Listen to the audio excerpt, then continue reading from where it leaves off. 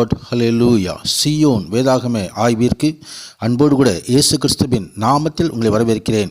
இன்று தினத்திலும் ஓசையா தீர்க்கதரிசன புஸ்தகம் அதிகாரங்கள் 7 முதல் 10 அதிகாரங்களில் வசனங்களை தியானிக்க சர்வ வல்லமை தேவன் கிருபை பாராட்டுவாராக.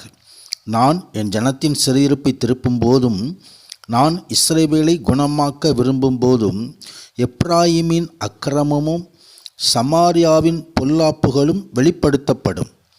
அவர்கள் வஞ்சனை செய்கிறார்கள். திருடன் உள்ளே வருகிறான், வெளியே பரிகாரரின் கூட்டத்தார் கொள்ளையிடுகிறார்கள். அவர்கள் பொல்லாப்பையெல்லாம் நான் நினைவில் வைத்திருக்கிறேன் என்று கர்த்தர் அவர்தாமே அங்கலாய்த்து சொல்லுகிற காரியத்தை குறித்து பார்க்கிறோம்.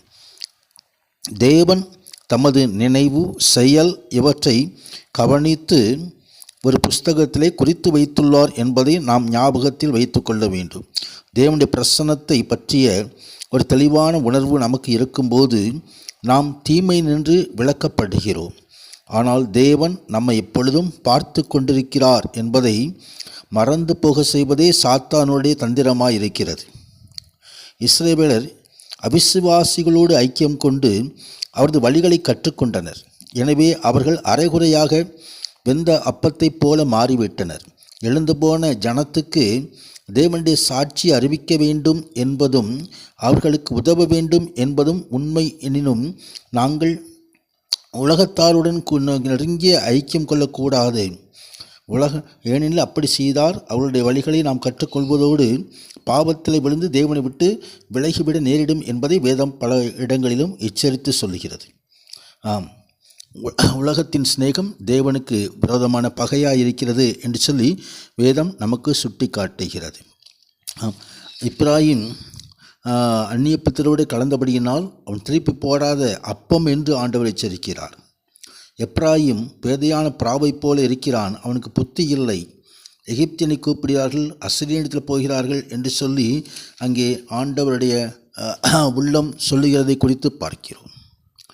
தொடர்ந்து 8வது அதிகாரத்திலே இஸ்ரவேலர் சூறைக்காற்றை அறுப்பார்கள் என்பதை ஆண்டவர் சுட்டி காட்டுகிறார். உன் வாயிலை எக்காலத்தை வை, அவர்கள் என் உடன்படிக்கையை மீறி என் நியாயப்பிரமாணத்துக்கு விரோதமாய் துரோகம் பண்ணினபடியால் கர்த்தருடைய வீட்டின் மீது சத்துரு கழுகை போல பறந்து வருகிறான் என்று சொல்லி ஆண்டவர் எச்சரிப்பு கொடுக்கிறதை குறித்து பார்க்கிறோம். சத்துரு கழுகை போல கர்த்தருடைய வீட்டின் மீது அவன் காரியங்களை நடத்து கொண்டிருக்கிறான். அதை குறித்து ஆண்டவருடைய பிள்ளைகள் எச்சரிக்கையோடு இருக்க வேண்டும். இஸ்ரவேலை தொடர்ந்து தேவனை கூப்பிடுவதுடன் அவருக்கு சேவை செய்வதாகவும் கூறுவார்கள். ஆனால் அந்த அறிக்கையினால் எந்த பயனும் இல்லை. உலக பிரகாரமான பாவத்துக்கும் தங்களது வாழ்க்கையை ஒப்பு கொடுத்திருக்கிறார்கள். தேவ ஆராதனை கரைபட்டு இருக்கிறது. தேவனை அவர் துதிக்கும் அதே நேரத்திலே அவர்களது நீதியின் வழிகளை அவர் தள்ளி விடுகிறார்கள். எனவே தான் தேவனுடைய கோபாக்கினை அவர்கள் மீது வருகிறது. அவர்கள் காற்றை விதித்து சூறைக்காற்றை அறுப்பார்கள். விளைச்சல் அவர்களுக்கு இல்லை. கதிர்மாவை கொடுக்கப்பட மாட்டாது. கொடுத்தாலும் அந்நியர் அதை விழுங்குவார்கள். அங்கே சத்துருவின் கிரியைகள் கழுகை போல இறங்கி இருக்கிறது.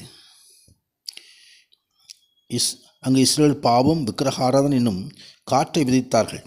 எனவே இப்பொழுது அசிரிய தாக்குதல் என்னும் சூறைக்காற்றை அறுக்கிறார்கள். எதை விதிக்கிறோமோ அதன் கனிகளை நாம் பெற்றுக்கொள்வது அது இயற்கையாக இருக்கிறது. அங்கே தொடர்ந்து 9வது அதிகாரத்திலே இஸ்ரவேலுக்கு வரும் தண்டனையை குறித்து ஆண்டவர் எச்சரிக்கிறார். விசாரிப்பு நாட்கள் வரும், நீதி சரிக்கட்டும் நாட்கள் வரும் என்பதை இஸ்ரவேலர் அறிந்து கொள்வார்கள்.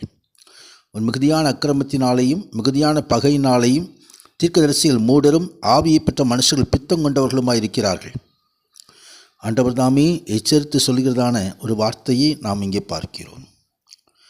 அங்கே இஸ்ரவேலர் பலர் தேவனுடைய தீர்க்கதரிசிகளை மூடர்களாகவும் பைத்தியக்காரர்களாகவும் மதித்தனர். அவர்களது பாவத்தை குறித்தோ வருகிற நியாய தீர்ப்பை குறித்தோ கூறும் தீர்க்கதரிசிகளை அவர்கள் வெறுத்தனர்.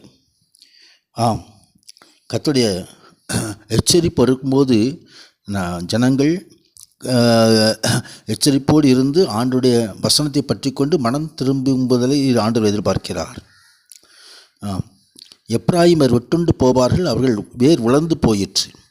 கனி கொடுக்க மாட்டார்கள். அவர்களுடைய பிள்ளைகளை பெற்றாலும் அது கற்பத்தின் பிரியமான கனிகளை அதம் பண்ணுவேன் என்று ஆண்டவர் சொல்கிற காரியத்தை குறித்து பார்க்கிறோம்.